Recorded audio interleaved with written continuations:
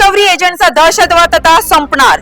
फोनवर धमक्या, घरच्यांना कॉल, सोशल मीडियावर बदनामी. वसुलीच्या नावाखाली चालणारी गुंडगिरी आता थांबणार. भारतामध्ये कोट्यवधी लोकांनी बँकेकडून कर्ज घेतलं आहे, पण कर्ज न भरल्यास त्यांना सर्वात मोठी भीती असते ती रिकव्हरी एजंटच्या फोनची, धमक्यांची आणि सार्वजनिक बदनामीची. वसुलीच्या नावाखाली मानसिक छळ, अपमान आणि दबाव यावर आता देशाची केंद्रीय bank reserve bank of India कडक भूमिका घेत आहे.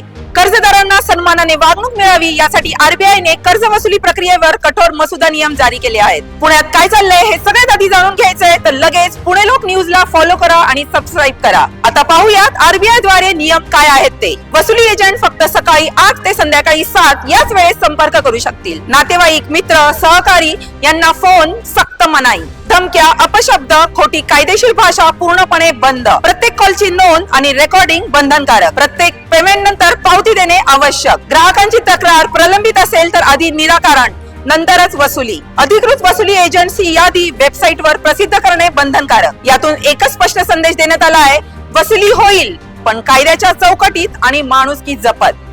2026च्या अर्थसंकल्पात अर्थमंत्री निर्मला सीतारामन यांनी ग्राहक संरक्षणाचे संकेत दिले होते आणि आता आरबीआयने त्यावर ठोस पाऊल उचलले आहेत.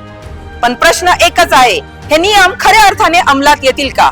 बँका आपल्या एजंट्सवर नियंत्रण ठेवतील का? यातून निष्कर्ष एकच, कर्ज घेणं हा गुन्हा नाही, कर्जदारांचा अपमान करणं हा गुन्हा आहे. आणि हो, ही बातमी ऐकताच अगोदर कर्ज न भरता पुन्हा कर्ज घेणे हाही एक गुन्हाच.